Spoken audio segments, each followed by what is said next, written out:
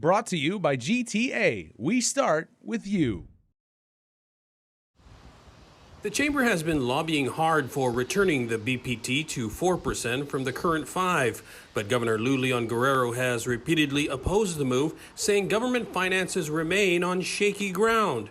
So Chamber Chairperson Christine Boleto says they're turning elsewhere. Really, our focus right now is with the legislature. We can't even begin to speak with the administration until we get it past the legislature. And so we're hoping that the legislature will schedule some public hearings, allow the community to voice their opinion, their position, their feelings on the rollback. No less than 3 bills have been introduced to roll back the BPT in one shape or form, but Boleto says the chamber is only focused on an outright rollback. I think when you add on different measures, you kind of convolute the situation.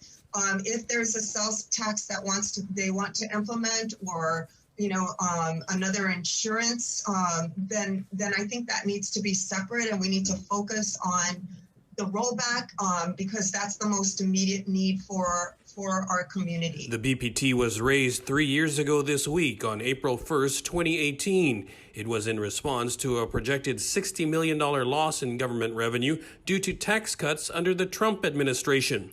The legislature passed the increase, and it was signed into law by then-Governor Eddie Calvo in what was supposed to be a temporary hike.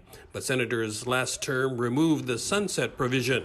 Contractors Association President James Martinez says now the Biden administration may reverse the Trump tax cuts. We're seeing that they're going to roll back some of the tax breaks that were given to corporations. So that's going to bring back some of that money that potentially was lost in the previous administration. And then you have the American Rescue Plan that's going to include the EITC payments. So that's going to be additional funding of at least up to $60 million.